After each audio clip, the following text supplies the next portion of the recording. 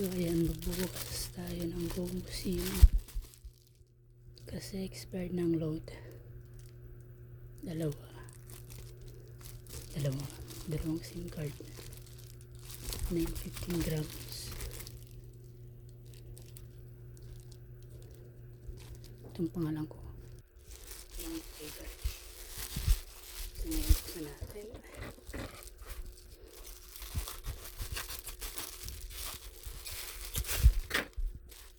Yan, may nakalagay na fragile, handle with care.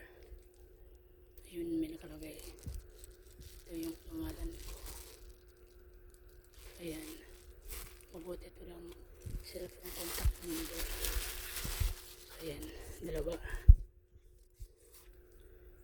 gumo.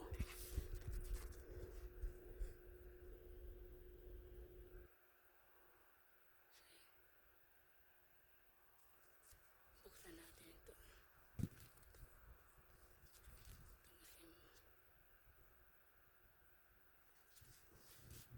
January 31, 2027. So ayan, parang bago lang siya yung logo niya.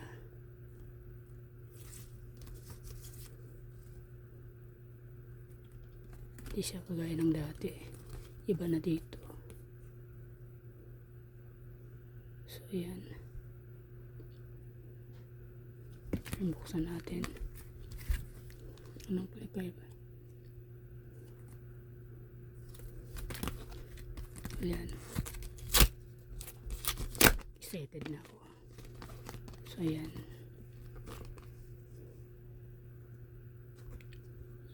every 1 month kailangan i-update yung kanyang GoMo application sa Play Store. Kailangan siya i-update para makapag-register. Kapag hindi kasi naka-update, hindi ma-register. Siyempre may valid ID yan na nakapangalan sa iyo kung ikaw yung may-ari ng SIM card. So ayan, yung kanyang ito yung kanyang instruction. Medyo nakakawala-wala pa yung boses ko.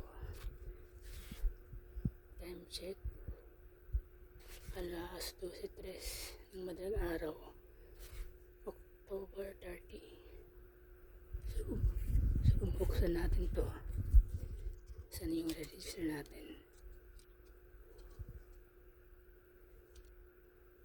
So ayan,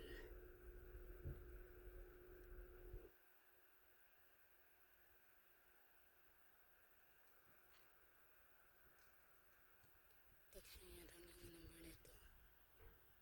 I-scam nyo ako kung magre-reply ako. So ayan,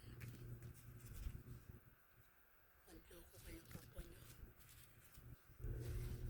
Ito lang muna yung ano natin, buksan ito.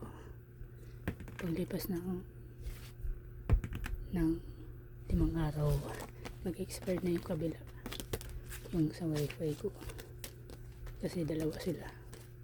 Yung isa sa kabilang boarding house, dito may boarding house sa amin, dito ka-expire pa lang. So mag-register lang ako. Bye. Yun lang. Thanks for watching.